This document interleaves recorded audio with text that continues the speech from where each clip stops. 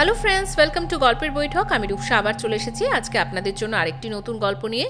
আর আজকে আমি নিয়ে এসেছি আমাদের গল্পের বৈঠক অরিজিনাল সেকশনের জন্য সময়চক্র গল্পটি, লেখিকা অমৃতা কোনার। এই গল্পটি একটি সাইফাই থ্রিলার এবং কল্পবিশ্ব ম্যাগাজিনে প্রকাশিত হয়েছে। 25 তলা উঁচু বিল্ডিংটার একেবারে উপরের ঘরটিতে একটি অত্যাধুনিক ফ্লাইং চেয়ারে চোখ বন্ধ করে বসে আছেন বছর 77-এর এক ভদ্রলোক। তার কপালে একটি চেরা দাগ। পিছনের স্বচ্ছ কাঁচের দেওয়াল ভেদ করে দেখা যাচ্ছে কিঞ্চিৎ ধূসর রঙের আকাশটা। সেই আকাশের বুকে অনবরত টহল দিচ্ছে কয়েকটি ERG-45 এক্সট্রাঅর্ডিনারি রোবোটিক গার্ড, 2045 সালের সেরা আবিষ্কার। আকাশে বহু উঁচু থেকেই তারা সমস্ত কিছু নজর রাখতে পারে তাদের উচ্চমানের ক্যামেরার সাহায্যে, আর সেই ডেটা কয়েক সেকেন্ডে ট্রান্সফার হয়ে যায় মেন অফিসে। কিন্তু না, সেখান থেকে এই ERG-45কে কিন্তু কন্ট্রোল করার কোনো প্রয়োজন হয় না। এদের মধ্যে এমনভাবেই প্রোগ্রামিং করা আছে যে তাদের আর্টিফিশিয়াল ইন্টেলিজেন্সের সাহায্যে তারা কোনো বিপদ দেখলেই উপযুক্ত ব্যবস্থা নিতে পারে। লোকটার চেয়ারটা এতক্ষণ মেঝে থেকে এক হাত উপরে ছিল। এইবার চেয়ারের ডান দিকের হাতলে লাল রঙের একটা সুইচ টিপে চেয়ারটিকে নিচে নামালেন। সামনের টেবিলে পড়ে থাকা বহু পুরনো কোনো জার্নাল আর কিছু নিউজ পেপার কাটিংয়ের ওপর হাত রাখলেন তিনি। তারপর সযত্নে সেগুলি নিয়ে মেলে ধরলেন চোখের সামনে। এক হাত দিয়ে চোখের টেকনো গ্লাসটাকে অন করলেন। একটি জীর্ণ হয়ে যাওয়া পেপার কাটিংয়ে চোখ রাখলেন তিনি। বড় বড় করে লেখা হেডলাইন, বিজ্ঞানীর রহস্যময় মৃত্যু। তার ভুরু কুঁচকে গেছে, হাতটা মুঠো হয়ে এসেছে, যেন অতি পুরনো কোনো ক্ষত আবার দগদগে ঘায়ে পরিণত হয়েছে।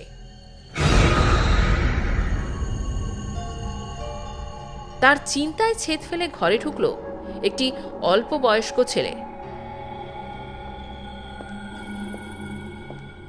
এসো এসো, তোমার জন্যই অপেক্ষা করছিলাম।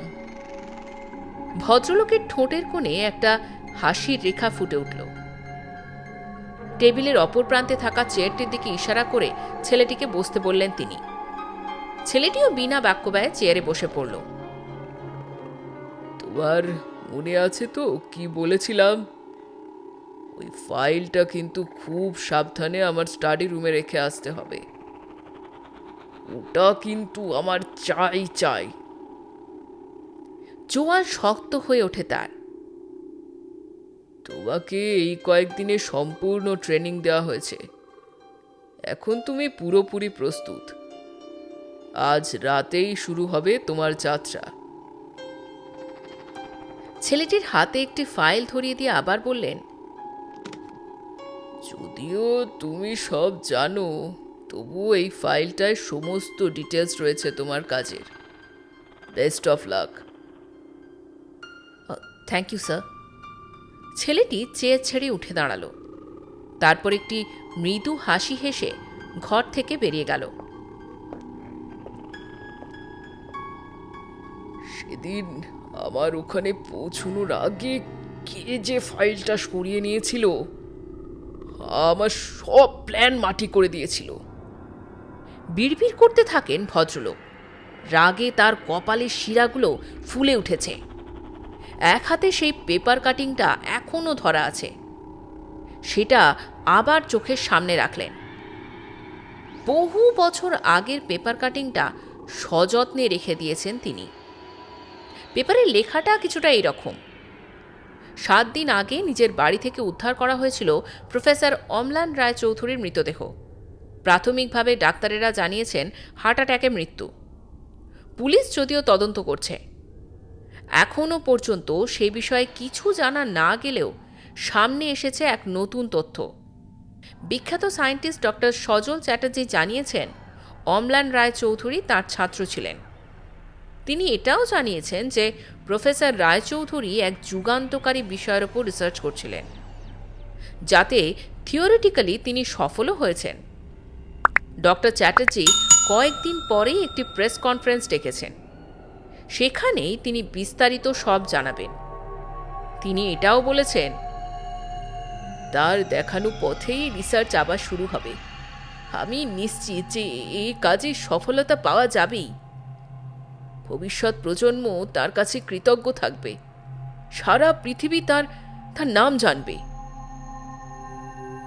কিন্তু এত কিছুর পরেও জন্ম নিয়েছে এক নতুন রহস্য।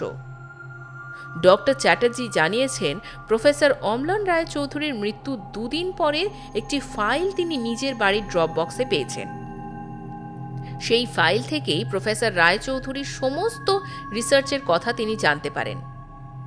কিন্তু এটা এখনো জানা যায়নি যে কে তার কাছে এই ফাইলটি পৌঁছে দিয়েছে।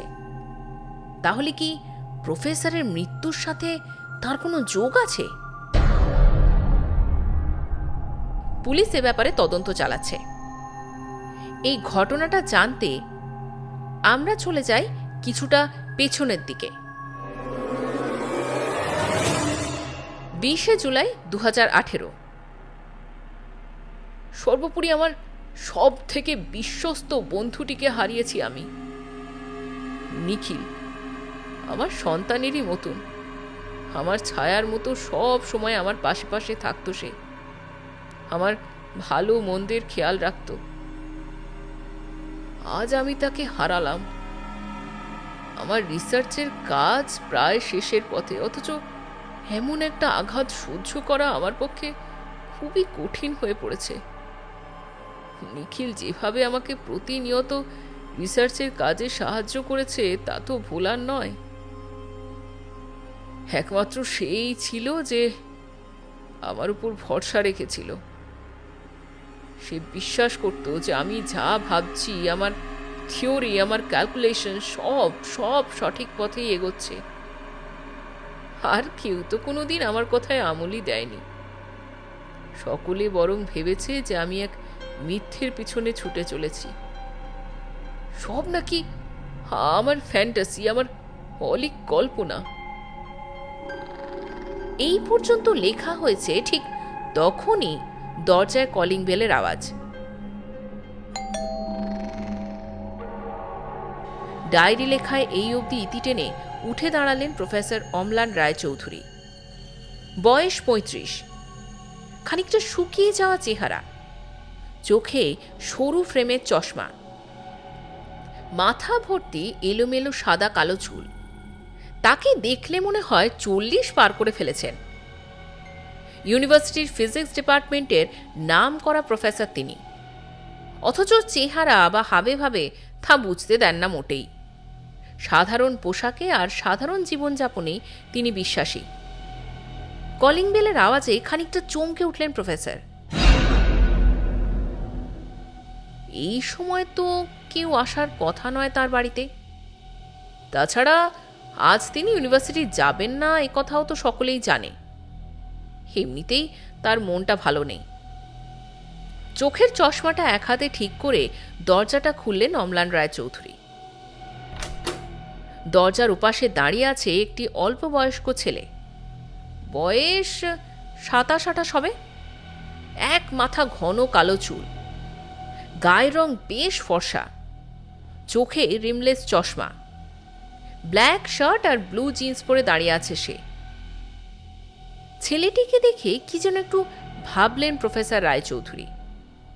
তারপর তার দিকে তাকিয়ে বললেন, তোমাকে তো ঠিক চিনতে পারলাম না। ওহ, ইউনিভার্সিটি থেকে পাঠিয়েছে বুঝি? মোবাইলে ফোন করে পাইনি তাই। আমি জানি আজ একটা সেমিনার আছে, কিন্তু বিশ্বাস করো আমার আমার মন মেজাজ কিছুই ভালো নেই। তুমি এইচওডিকে গিয়ে বলো যে আজ সেমিনারটা MS স্যার অ্যাটেন্ড করবেন। আমার সঙ্গে তার কথা হয়ে গেছে। যদিও আজকে তার অফ ডে, তাও সে ঠিক সময় পৌঁছে যাবে। কথাগুলো এক টানা বলে হাঁফ ছাড়লেন তিনি। ছেলেটি অদ্ভুতভাবে নিষ্পলক দৃষ্টিতে অম্লান রায়চৌধুরীকে দেখে চলেছে এতক্ষণ ধরে। তারপর হঠাৎ করে তাকে একটা প্রণাম করে সে বলে, আমাকে ইউনিভার্সিটি থেকে পাঠানো হয়নি স্যার। আমি নিখিলের বন্ধু অয়ন। নিখিলের বন্ধু?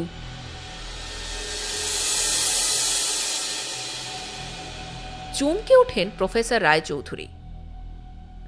হ্যাঁ স্যার, কিছু কথা আছে আপনার সাথে রিসার্চের ব্যাপারে।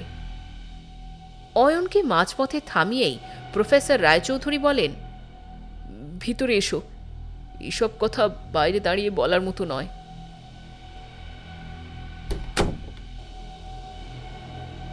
এবার বলো, কি বলছিলে তুমি? অয়নের দিকে তাকিয়ে প্রশ্ন করলেন প্রফেসর রায়চৌধুরী। আমি নিখিলের বন্ধু। ওর এভাবে মৃত্যুটা মেনে নেওয়া যায় না স্যার। সামান্য কার অ্যাক্সিডেন্টে এই অল্প বয়সেই চলে গেল। অয়নের মুখে কালো বিষাদের ছায়া নেমে আসে। প্রফেসরের উল্টো দিকে একটি সোফায় বসে আছে সে।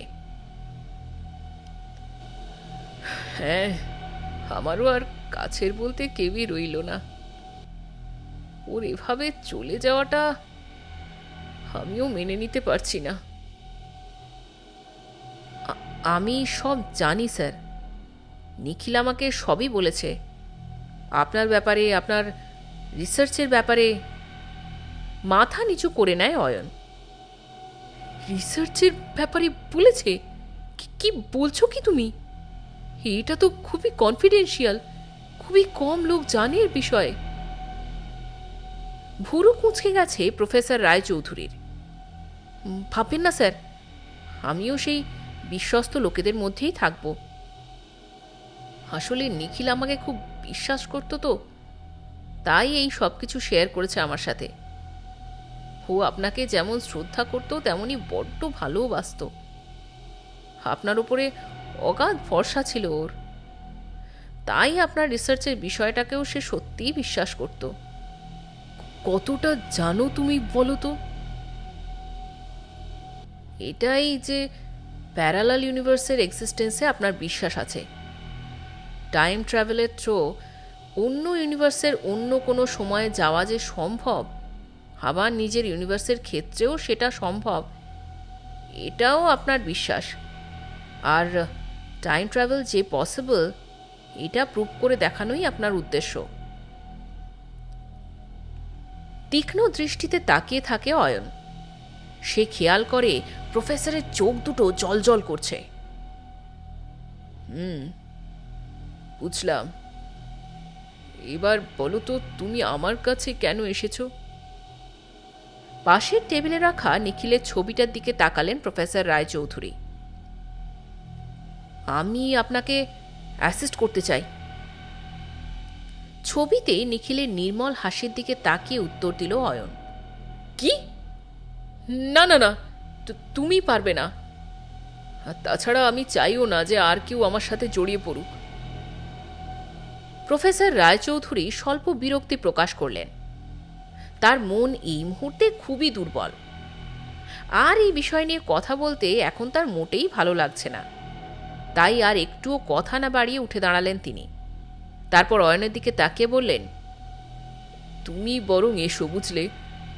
আমার কাউকেই প্রয়োজন নেই। স্যার, স্যার প্লিজ, আমি ছাড়া এই মুহূর্তে আপনাকে আর কেউ বিশ্বাস করবে না, সেটা আমি জানি। নিখিল ছাড়াও আপনার এক সহকর্মী বন্ধু মৃণাল সান্যাল, মানে প্রফেসর এমএসও আপনার এই রিসার্চের ব্যাপারে অল্প জানেন, কিন্তু তিনিও আপনার কথায় বিশ্বাস করেন না। কেউ বিশ্বাস করে না যে টাইম ট্রাভেল সম্ভব। সবাই শুধু এটাকে কল্পবিজ্ঞানী ভেবে নেয় স্যার। এটা আপনিও জানেন আর আমিও জানি।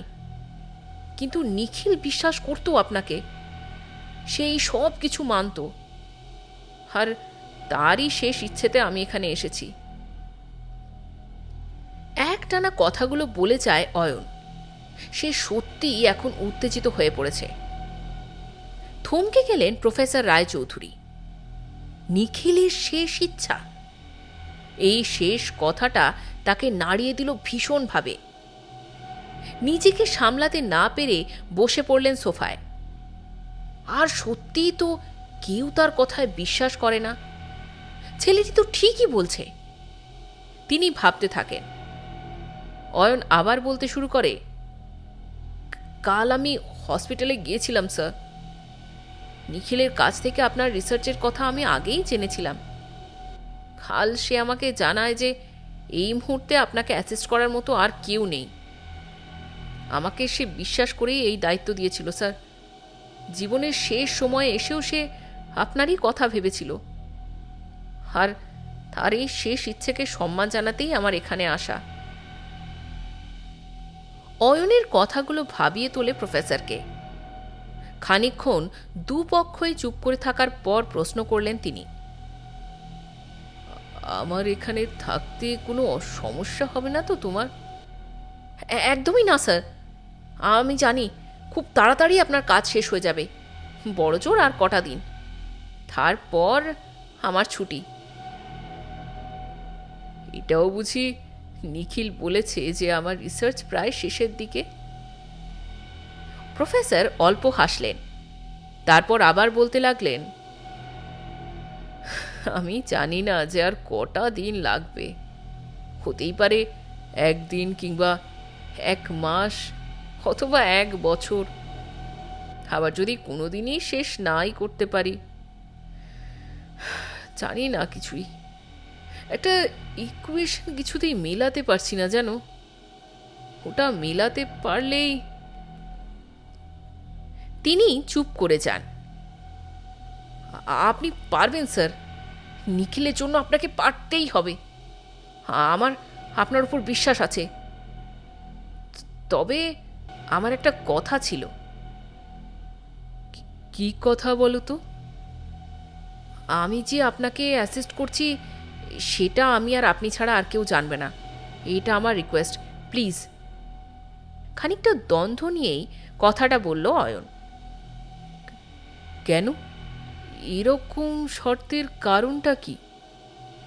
প্রফেসরের কপালে চিন্তার ভাঁজ পড়েছে। না না, তেমন কিছুই নয়। এটা একটু ব্যক্তিগত কারণেই আর কি। তবুও আপনি যদি একান্তই কারণ জানতে চান। অয়নকে থামিয়ে দিয়ে তিনি বলে ওঠেন, না না থাক, ব্যক্তিগত কিছু আমি জানতে চাই না।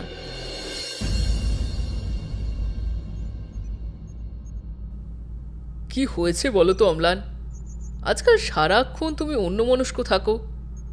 এভাবে তো তুমি ক্লাসেও তোমার বেস্টটা দিতে পারছো না। স্টুডেন্টরা তো তোমার আচরণ নিয়ে কথা বলছে। এইচওডিও কিন্তু তোমার উপর বেশ অসন্তুষ্ট। দেখো, আমি মানছি যে নিখিলের চলে যাওয়াতে তুমি অনেকটাই শক পেয়েছো। জানি যে ও তোমার প্রিয় স্টুডেন্ট ছিল, কিন্তু 10 দিন পেরিয়ে গেছে অম্লান। এবার আস্তে আস্তে নিজেকে তো সামলাতে হবে। অম্লান রায়চৌধুরীর কাঁধে একটা হাত রেখে তাকে সান্ত্বনা দেওয়ার চেষ্টা করলেন প্রফেসর মৃণাল সান্যাল। অম্লান রায়চৌধুরীর প্রায় সমবয়সী বলা চলে, 2-1 বছরের পার্থক্য। চাকরিতে জয়েনও করেছেন প্রায় একই সময়ে। ডিপার্টমেন্টের ল্যাবে বসে আছেন দুজনে। এই সময়টা কোনো ইয়ারের প্র্যাকটিক্যাল ক্লাস নেই, তাই ল্যাবটা ফাঁকাই আছে। হ্যাঁ, না না, সে কথা ঠিক না মৃণাল। জাস্ট ওই ক্যালকুলেশনটা মিলছে না যেন। আমি কিছু একটা মিস করে যাচ্ছি। প্রফেসর রায়চৌধুরী নিজের মনেই বলে উঠলেন, যেন প্রফেসর সান্যালের কথা তার কানেই ঢোকেনি। ইকুয়েশন? কিসের ইকুয়েশন বলো তো? ও, তোমার সেই রিসার্চ? দেখো অম্লান, অল্প বিশ্বাস আমিও করি যে টাইম ট্রাভেল পসিবল, কিন্তু তা বলে ওই অল্প বিশ্বাস নিয়ে অন্ধকার হাতড়ে সারাটা জীবন কাটিয়ে দেওয়ার মতো পাগলামোও তো করতে পারি না। এবার এইসব ছাড়ো, বুঝলে? মৃণাল সান্যাল উত্তেজিত হয়ে পড়েছেন। হঠাৎ ল্যাবে ঢুকলেন আর একজন বছর 40-এর ভদ্রলোক। ইনি প্রফেসর পরিমল সেন। প্রফেসর রায়চৌধুরী কিছু উত্তর দিতে যাচ্ছিলেন, কিন্তু প্রফেসর সেনের এখানে আসাতে চুপ করে যান তিনি। প্রফেসর সেন লোকটা মোটেই সুবিধের নন।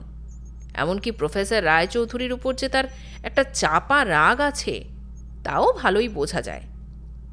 আসলে প্রফেসর রায়চৌধুরীকে স্টুডেন্টরা একটু বেশি পছন্দ করায় তার এই অসন্তোষ। আজ আমি আসি, বুঝলে মৃণাল, শরীরটা বিশেষ ভালো নেই। এটুকু বলেই ল্যাব থেকে বেরিয়ে গেলেন অম্লান রায়চৌধুরী। অয়ন প্রফেসর রায়চৌধুরীকে অ্যাসিস্ট করছে বেশ কিছুদিন হয়ে গেছে। ইতিমধ্যে নিখিলের মতোই সেও যে প্রফেসরের বিশ্বস্ত সঙ্গী হয়ে উঠেছে তার বলার অপেক্ষা রাখে না। দুদিন হলো প্রফেসর ইউনিভার্সিটি যাননি। তার রিসার্চ তাকে আরও অস্থির করে তুলেছে। কয়েকদিন রাতে ভালো করে ঘুমোনো নি। তার সঙ্গে সতর্ক প্রহরীর মতো জেগে থেকেছে অয়ন। 9 অগস্ট 2018 সন্ধে 7টা। প্রফেসর অম্লান চৌধুরীর ফোনটা বেজে ওঠে। ফোনটা ধরতেই ওপাশ থেকে ভেসে আসে একটা চেনা কণ্ঠস্বর। হ্যালো অম্লান, তুমি ইউনিভার্সিটি আসছো না কেন কদিন? মোবাইলটাও অফ রেখেছ। এইচওডি কিন্তু ভীষণ রেগে আছেন তোমার উপর। মৃণাল, আমি পেরেছি মৃণাল। উত্তেজনা ভরা কণ্ঠে চিৎকার করে ওঠেন প্রফেসর চৌধুরী। কি পেরেছো? আমি তো কিছুই বুঝতে পারছি না অম্লান। আমার রিসার্চ মৃণাল, আমার রিসার্চ আমি সাকসেসফুল হয়েছি। তুমি ভাবতে পারবে না আমার কি আনন্দ হচ্ছে। এই মাত্র ঠিক এই কিছুক্ষণ আগেই এই মিরাকেলটা হয়েছে মৃণাল। এতটুকু বলার পরেই ফোনটা কেটে গেল। মাঝে মাঝেই নেটওয়ার্ক প্রবলেম হয়, হয়তো সে কারণেই কেটে গেছে ফোনটা। সেই দিনই রাত 9টা। সত্যি অয়ন, তুমি না থাকলে আমি হয়তো এত তাড়াতাড়ি সফলতা পেতাম না। ঠিক নিখিলের মতোই তুমি আমার পাশে ছিলে প্রতি মুহূর্তে। আমার জন্য, নিখিলের বন্ধুত্বের জন্য তুমি যা করলে তা কেউ করতো না। এক প্রশান্তির হাসি ফুটে উঠেছে প্রফেসরের ঠোঁটের কোণে। না স্যার, আমি কিন্তু কিছুই করিনি। আসলে আমার কিছু করার কোনো অধিকারও ছিল না। ওটা তো আপনারই রিসার্চ। আমি শুধু আপনাকে সাহায্য করেছি মাত্র। আপনি যা যা করতে বলেছেন সেইটুকুই করে গেছি। অয়নের মুখে এক মৃদু হাসি লেগে আছে। আজ বহুদিন পর আমি খুব ভালো করে ঘুমোতে পারবো জানো। তুমিও আজ রাত না করে ঘুমিয়ে পড়বে কিন্তু, বুঝলে? কাল থেকে তোমার ছুটি অয়ন। কথাটা বলে অম্লান রায়চৌধুরী তার শোবার ঘরের দিকে এগিয়ে গেলেন। সেদিনকেই রাত 10টা। প্রায় 1 ঘন্টা ধরে অয়ন বসার ঘরের সোফাটায় বসে আছে। সে এক অদ্ভুত সংকটে পড়েছে। আর 1 ঘন্টার মধ্যেই তাকে বেরিয়ে পড়তে হবে এখান থেকে। কিন্তু প্রফেসরকে ছেড়ে যেতে তার মন চাইছে না, অথচ তাকে যে যেতেই হবে, না হলে অনেক বড় সমস্যা দেখা দেবে যে, আর সেটা সে কিছুতেই হতে দিতে পারে না। অয়ন ধীরে ধীরে প্রফেসরের শোবার ঘরে এসে দাঁড়ায়। প্রফেসর নিশ্চিন্তে ঘুমিয়ে পড়েছেন। অনেক কিছু মনে আসে তার, কিন্তু বলতে পারে না, কারণ তার যে বলা বারণ। প্রফেসরের পা দুটো ছুঁয়ে একটা প্রণাম করে সে। আরও কিছুক্ষণ স্থির চোখে তাকিয়ে থাকে প্রফেসরের দিকে। তারপর ধীর পায়ে সেই ঘর থেকে বেরিয়ে সোজা চলে আসে প্রফেসরের স্টাডি রুমে। এসে দাঁড়ায় স্টাডি রুমের লকারটার সামনে। এই লকারের সিক্রেট কোডটা তার জানা। সে দেখে নিয়েছে আড়াল থেকে যখন প্রফেসর লকটা খুলছিলেন। লকারটা খুলে অতি সন্তর্পণে ফাইলটা বের করে নেয় অয়ন। তার এখানে আসার উদ্দেশ্য তাকে পূরণ করতেই হবে।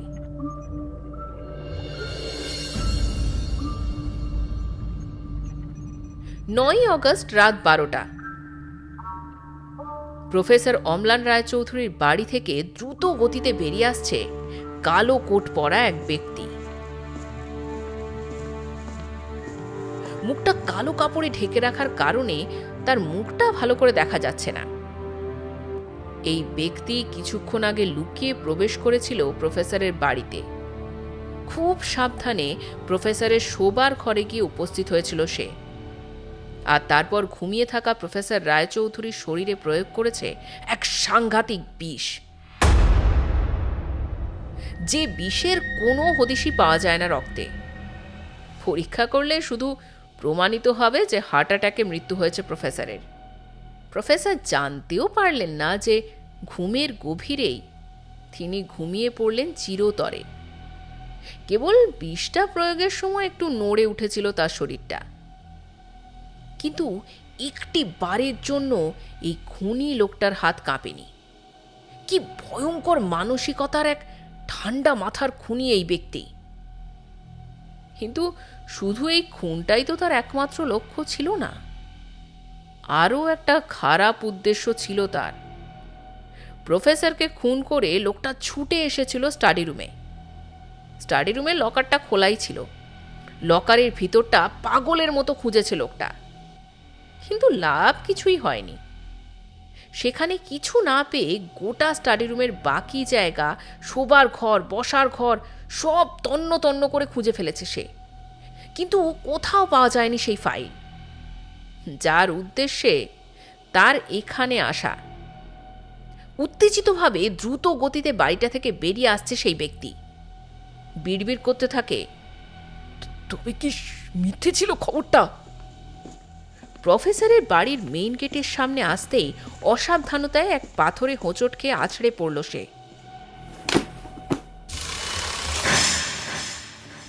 আর ঠিক তখনই তার মাথাটা গিয়ে লাগে একটা ভাঙা ইটের কোনায়। আচমকা ঝটকায় সরে গেছে মুখের কালো কাপড়। কপালে সৃষ্টি হয়েছে গভীর একটা চেরা দাগ, আর সেখান থেকে বয়ে যাচ্ছে লাল রক্তের ধারা। সেই রক্তের বয়ে যাওয়া সত্ত্বেও স্পষ্ট চেনা যাচ্ছে লোকটাকে। ইনি আর কেউ নন, মৃণাল সান্যাল।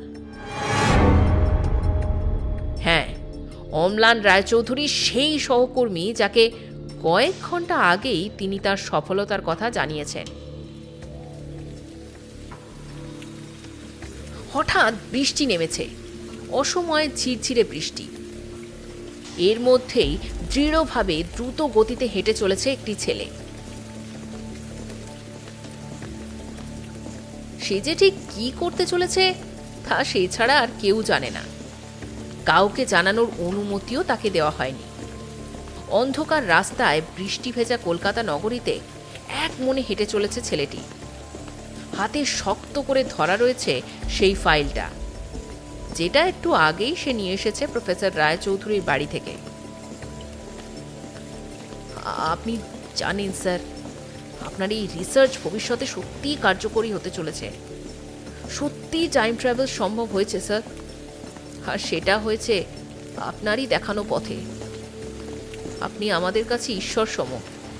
তাছাড়া বিজ্ঞানের সাথে এত বড় অন্যায় তো আমি করতে পারবো না। আপনার মতো এক বিজ্ঞানীর সাথে আমি বিশ্বাসঘাতকতা করতে পারবো না।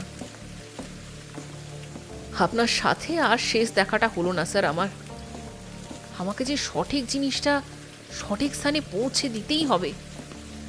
যত তাড়াতাড়ি সম্ভব আমার কাজটা আমাকে করতেই হবে, আর তারপর ফিরে যেতে হবে নিজের সময়ে, মনে মনে বলে চলেছে ছেলেটি। পরের দিন নিউজ চ্যানেলগুলোয় একটা খবর বারবার টেলিকাস্ট হচ্ছে। আজ সকালে মধ্য কলকাতার বাসিন্দা প্রফেসর অম্লান রায়চৌধুরীর বাড়ি থেকে উদ্ধার হয়েছে তার মৃতদেহ। তার পরিচিত মহল থেকে জানা গেছে তার সঙ্গে সর্বদা থাকত তার এক ছাত্র। সেও কিছুদিন আগেই মারা গেছে। বর্তমানে প্রফেসর রায়চৌধুরীর নিজের বাড়িতে তিনি একাই থাকতেন। প্রফেসরের মৃত্যুটা স্বাভাবিক নাকি এর পেছনে লুকিয়ে আছে অন্য কোনো রহস্য, তা খতিয়ে দেখছে পুলিশ। ঘটনার 2 দিন পর আরেকটি খবর ছড়িয়ে পড়ছে চারিদিকে।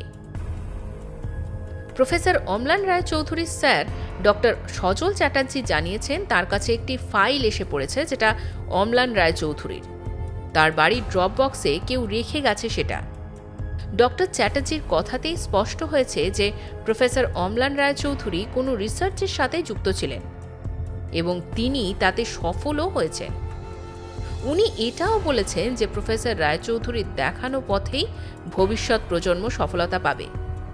কিন্তু কে সেই ব্যক্তি যিনি প্রফেসরের মৃত্যুর পর দায়িত্ব সহকারে সেই মূল্যবান ফাইলটি ডক্টর চ্যাটার্জির বাড়িতে পৌঁছে দিয়েছে?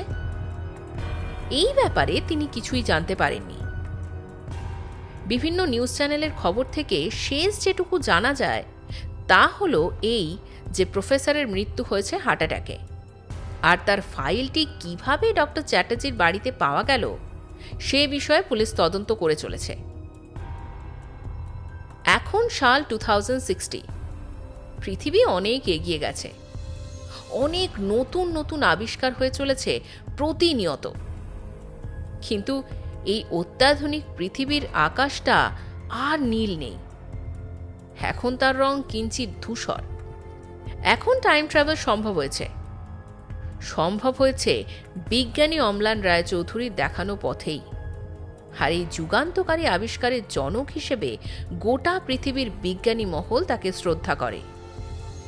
25 তলা উঁচু বিল্ডিংটার সব থেকে উপরের ঘরটিতে একটি অত্যাধুনিক ফ্লাইং চেয়ারে বসে আছেন মৃণাল সান্যাল। তার বয়স 77 ছুঁয়েছে, চেহারার আমূল পরিবর্তন ঘটে গেছে, কিন্তু কপালের চেরা দাগটা তার এখনো মিলিয়ে যায়নি। না, মিলিয়ে যায়নি বলা ভুল, আসলে তিনি চাননি যে সেটা মিলিয়ে যাক। হাতে ধরা আছে বহু বছর আগের সেই পেপার কাটিংটা। চোখ বন্ধ করে এখনো ভেবে চলেছে মৃণাল সান্যাল। সেদিন আমার আগে কে পৌঁছেছিল সেখানে, কে সরিয়েছিল সেই ফাইলটা? উফ, শুধু একবার যদি জানতে পারতাম।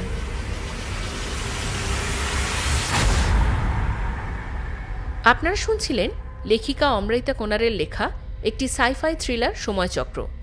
গল্পটি কেমন লাগলো অবশ্যই আমাদের জানাবেন, এবং এই চ্যানেলের গল্পগুলো আপনাদের ভালো লাগলে প্লিজ লাইক, কমেন্ট, শেয়ার ও সাবস্ক্রাইব করে চ্যানেলটিকে এগিয়ে যেতে একটু সাহায্য করবেন। আর সাবস্ক্রাইব করার সঙ্গে সঙ্গে নোটিফিকেশন পাওয়ার জন্য বেল আইকনটিকেও ক্লিক করতে অবশ্যই ভুলবেন না। আজকে তবে এ পর্যন্তই, পরে আবার দেখা হচ্ছে অন্য একটি গল্পের সঙ্গে। নমস্কার।